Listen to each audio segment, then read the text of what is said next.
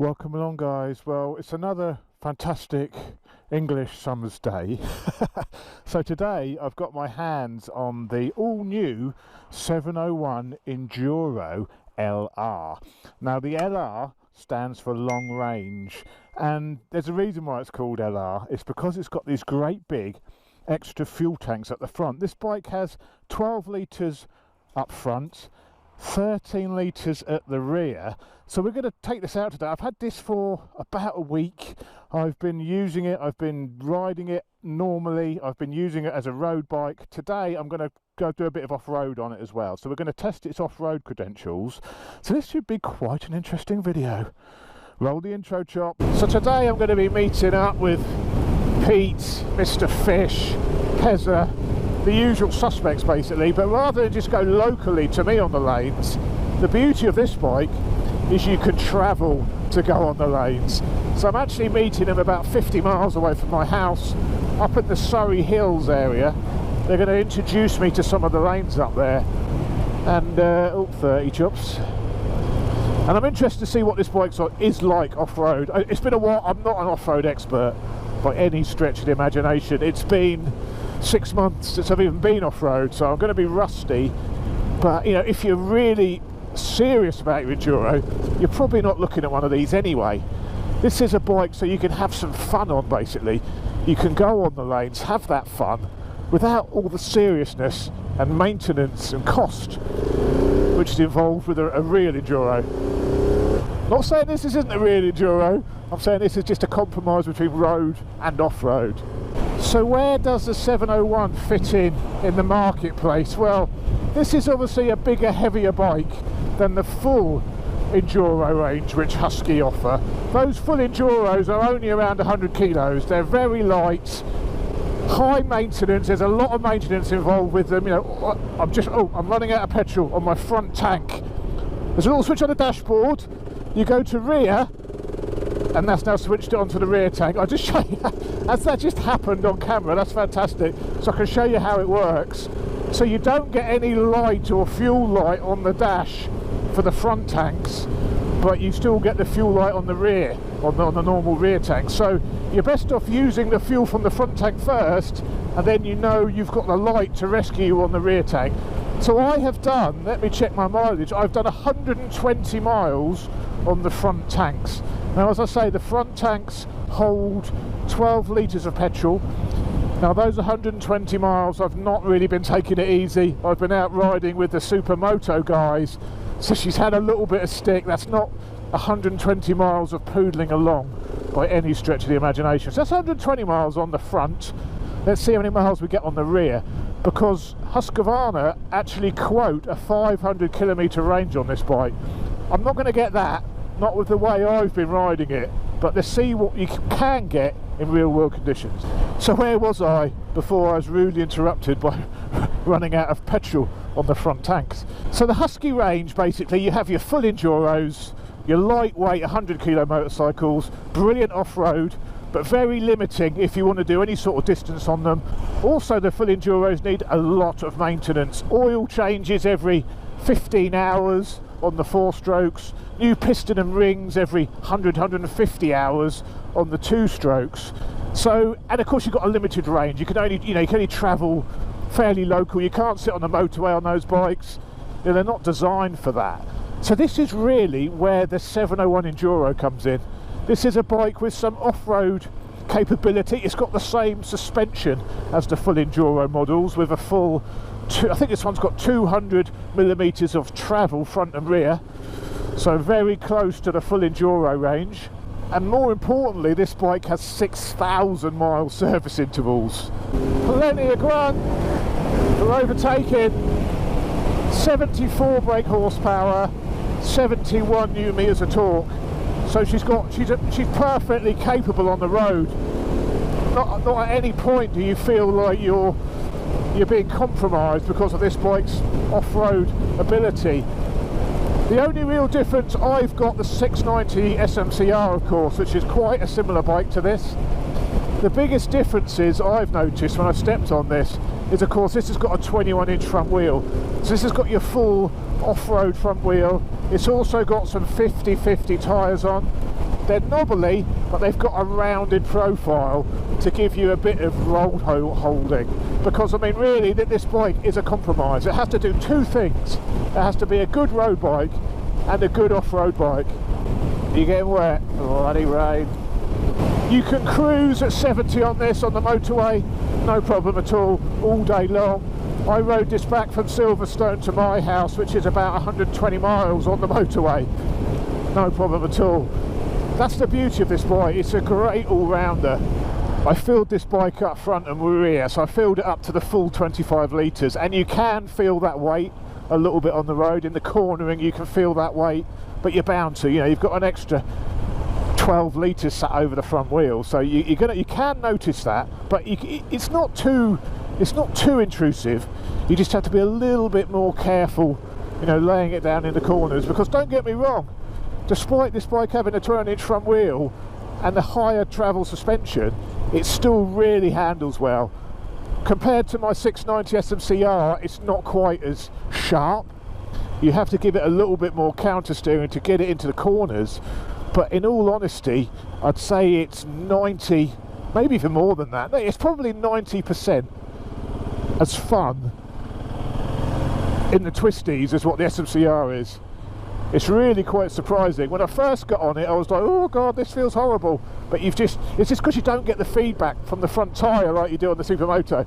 The front tyre, you've got that feedback from the front wheel. You don't really get this on this because of the bigger wheel, because it's got the knobblies. You don't really get much feedback. You've got to be just trust it a little bit more. But once you do that, once you do trust it, it's actually great fun on the road. Right, we've got to take a right in a minute. The rain has started again, thank you for that. New for this year, the 701 comes with a quick shifter and a blipper. Works very, very well. I've got motocross boots on today because I'm going off-road, and it doesn't work quite as well when you've got motocross boots on. The blipper does, but the quick shifter's not quite as good with the big clunky boots. You've got to give it quite a firm shift, and I haven't probably adjusted my gear lever quite correctly for the off-road boots, so I'm struggling a little bit on the upshifts with the quick shifter with these boots on. But normally, normal road boots, it's absolutely perfect. What they've done on these is they've actually put two sensors, so you've not just got a single sensor to detect when the lever's moving, you've got that sensor, plus you've got another sensor to confirm when the actual gear is engaged. So this is how they've managed to get such a slick system on a big thumper, by having two sensors. And then of course those sensors then monitor, or the ECU then monitors what the revs the bike's doing, what speed the bike's doing, what those two sensors are doing, to adjust the kill time and how long it's going to cut the fuel for and the ignition for as you change gears. So it's a very sophisticated system, these new quick shifter systems, and they work very, very well. Looks like we're going for it. No, we're not. Come on, Jesus. Polo ponies, what, they actually pulling it? Oh, it's got a lot of grunt, this. Very powerful bike. It's quick. No slower than the Supermoto versions, really. And you do have that extra versatility, which I absolutely love. On the wet roads, yeah, these knobbly tyres in the wet, you've got to be a little bit careful. You will not get as much grip as what you will on the Supermoto equivalent. You can't hammer it around, unfortunately, not when it's wet like this. And it hasn't rained for ages as well, so these roads are going to be pretty greasy. But that's not all bad news, because it has the electronics suite as well. The 701 now has electronics, which on a bike with knobbly tyres, cornering ABS, cornering traction control, is actually quite a nice little feature. See, she slipped over that manhole cover there. We'll test it in a minute. There's two modes. There's mode 1, which is what I've got engaged at the moment. Now that's more for the road. That'll give you extra protection in the corners for the cornering ABS. It'll give you more traction when you're cornering. It will keep the front wheel down a little bit more. So it's a road function basically. Then you have mode number 2. The throttle response is also softened a little bit, probably. Oh, it's absolutely hammering down. I may turn it off until it stops raining. This is ridiculous. So we had to do our cameras, didn't we?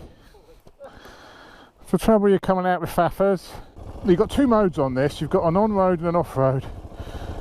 Number 1 is the road mode, but I'm going to do it in number 1 first, because I think it softens off the throttle response a little bit, and it also gives more traction and more ABS.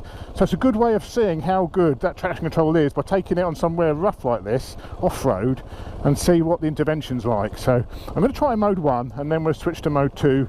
There's also a separate button to turn off the traction control, but we'll leave it on for now just to see what she's like. It is a pretty sophisticated system. 6-axis IMU, you know, all of that high-tech stuff on this. It's not a basic system, so I'm really interested to see how it handles the dirt. Yeah, that's full throttle. Traction control is doing its stuff. Hey, yeah, interesting.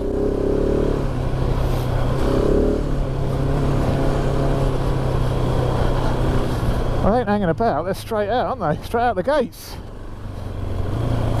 They've done a few lanes already, so they're... Yeah, that traction control is holding it back. It's very clever. Like I say, this is the road mode for the traction control, not really the off-road mode. The off-road mode will let you spin up a bit more. It'll let the wheel come up and let you do a few wheelies, all with the safety protection and the hand holding of that system.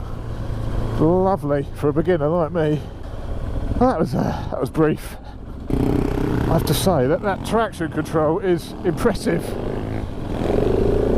Impressive how good it is. You know, it's not just like, you know, it's very, very smooth. It's sort of letting it, feels like it was getting loose. It was letting it get a little bit loose at the back, but keeping it under control, even had the throttle wide open. So very clever. Lanes like that is perfect for this bike. Absolutely what it's made for. You don't want anything too technical. I think that's when the weight, that's when you're going to feel the weight. But that sort of lane, bloody brilliant. In that road mode, it doesn't really let you have any fun with regards wheelies and stuff. I have tested it. It will wheelie beautifully on a full load of fuel over the front. I mean, these are the answers to the questions you're asking. It will wheelie with a full load of fuel. And when you're in off-road mode, the reason they let you have some wheelie action is, of course, for getting over logs, stuff like that, without being restricted. And it'll let you get to a reasonable height, in all honesty. So we're trying for the next lane in the off-road mode, the official off-road mode.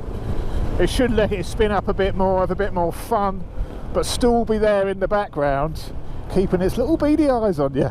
You can, of course, turn it off if you don't want it. There's a button there just to turn the traction off. Then you're completely free of all the electronic restraints to do whatever you want. But I think the thing with these electronic systems, it's about having a very advanced system with the IMU, which actually complements your riding, not hinders it.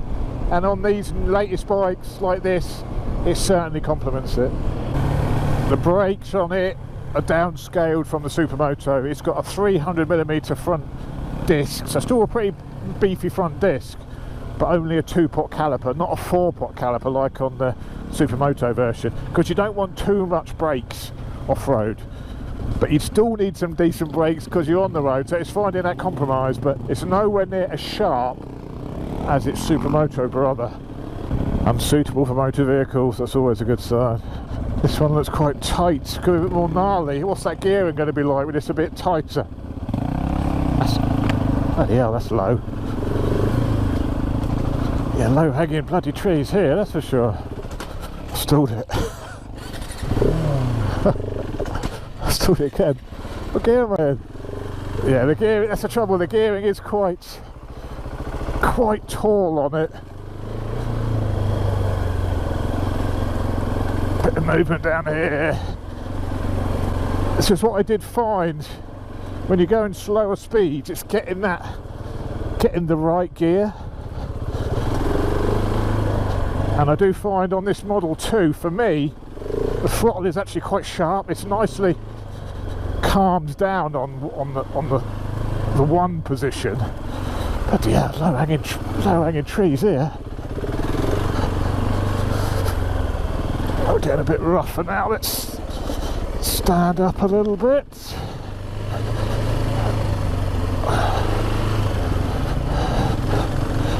This is first gear. So could probably do with second really, and chug it out a little bit. Woo. Oh Christ, this is getting low now. I'm going to go to position 1, you know. I think it just, for this gnarly stuff, it just softens the throttle off a little bit more for a beginner like me.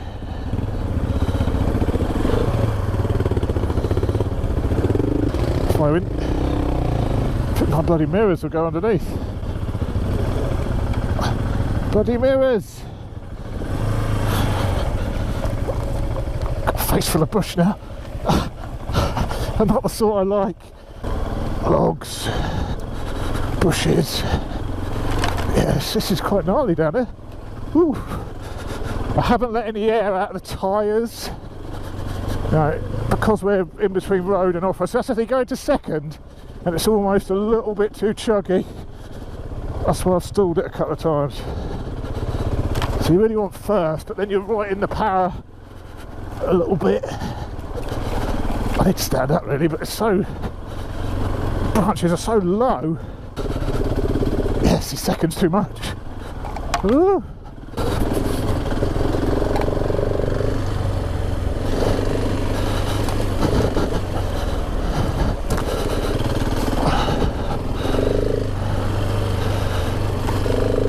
It's amazing, that traction control in the road mode, which I'm in because I'm a wimp.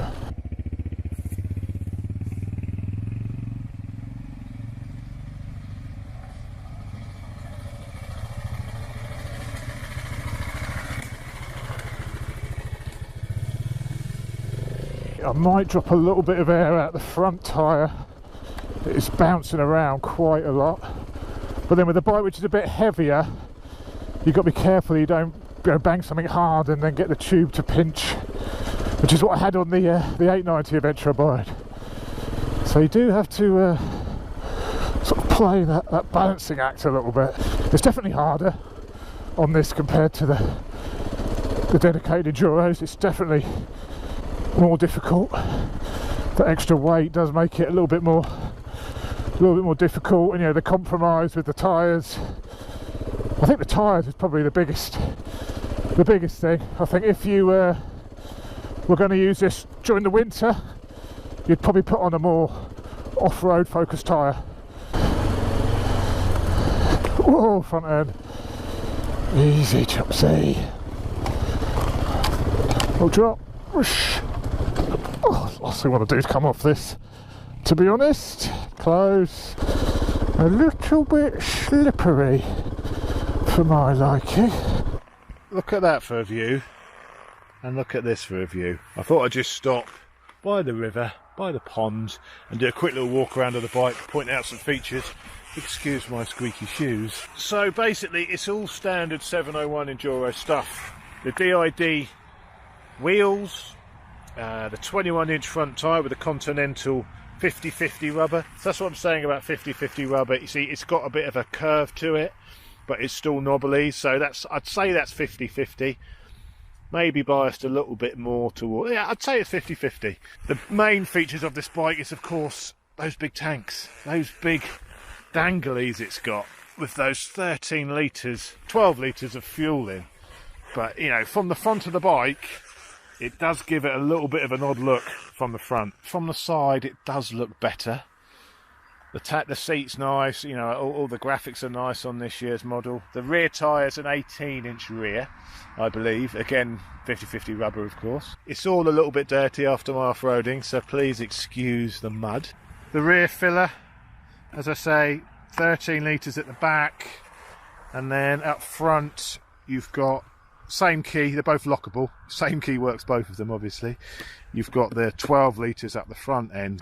The Enduro comes with a splash plate as standard. The Supermoto doesn't have the splash plate. WP Explorer suspension, fully adjustable, preload, rebound, compression dampening, everything. Well, actually, apart from preload, it doesn't have preload. Rebound and compression dampening, no preload. The rear shock, if I can get to it, is adjustable for preload, compression dampening, rebound dampening. It's just a front one. The Enduro has these metal pegs, not the rubberized pegs to grip your boots when you're off-road. The way the front tank setup works is you've got a bit of hose connecting the two, which is this lower one here. I don't know if you'll be able to see it, it's quite enclosed. And then you've obviously got the feed going off to the throttle bodies, the fuel feed, and obviously you can disconnect it here. An interesting thing is you can retrofit these onto the Supermoto. So if you wanted to go on a huge, massive trip on your Supermoto, these tanks will fit on the Husky Supermoto. Of course, you're going to need to buy all the fuel lines, the switches. You know, it wouldn't be a cheap conversion, I wouldn't imagine, but you can do it. But there we go. Let's jump back on. The tanks are quite big down by your legs. You've got to put your feet out. They are in the way a little bit if you like go, you know, Enduro, going around tight corners and stuff. They are right there, but you get used to it. You sort of work around it. Comparing it to the Supermoto version, even on the road, it's I'd say 90% as much fun on the road. It's not until you get really tight and twisty. It's the feedback you're missing. You don't get the same levels of feedback as the Supermoto from the tyres, from the wheel, the tyres and the wheels, because it's got the 21. But it's still 90% as much fun. And then you've got this. You can ride to lanes. You can go with this LR version with these tanks.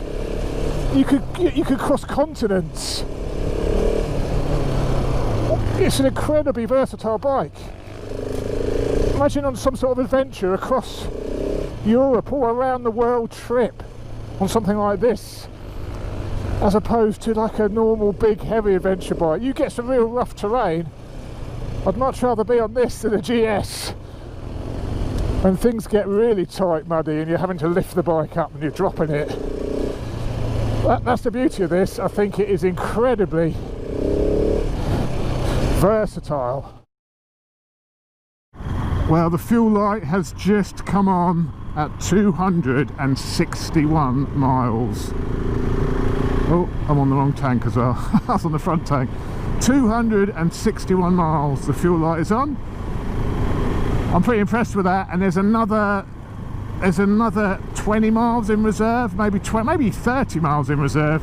So full load, it isn't far off the 300 miles which KTM claim, which would be the best possible mileage you could get, and I've achieved 261 to the fuel light with normal, well, quite hard riding, if anything, certainly not being gentle with it. So pretty impressive. 261 miles.